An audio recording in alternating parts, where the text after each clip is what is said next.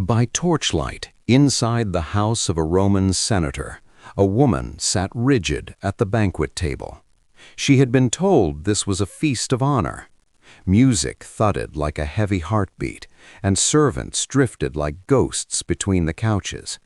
The emperor was expected to pass through, offer praise, and leave. Instead, he arrived to inspect. He did not look at people as guests, but as objects. He stopped before the women, gestured, and issued commands. Laughter rose because silence was more dangerous. Faces froze, hands clenched white around goblets. No one spoke the woman's name. In that moment, she was no longer a person, but a temporary possession publicly examined. The humiliation was precise, calculated, and intentional. That night, Rome learned its clearest rule: when power slips its restraints, law collapses with it. This incident was not an exception, but a pattern repeated throughout the ancient accounts of the reign of Emperor Elagabalus, officially known as Marcus Aurelius Antoninus. The sources that preserve these scenes, most notably Cassius Dio and the Historia Augusta, were written by political and moral enemies, yet they agree on a central thread. Banquets were not spaces of leisure, but theaters of power.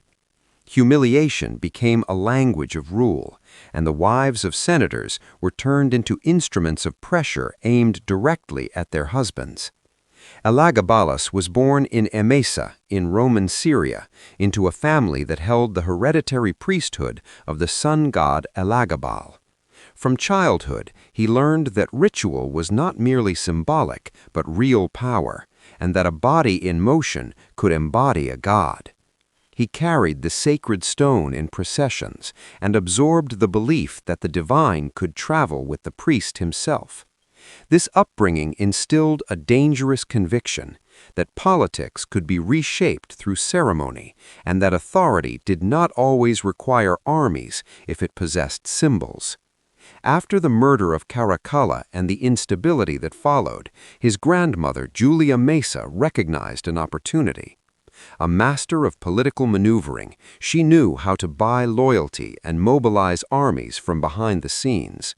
Exploiting distance from senatorial oversight, she secured the support of Eastern legions and presented her grandson as the rightful heir to the Severan dynasty. In 218 AD, he was proclaimed emperor, still a teenager, carried to Rome on family ambition and soldiers' swords.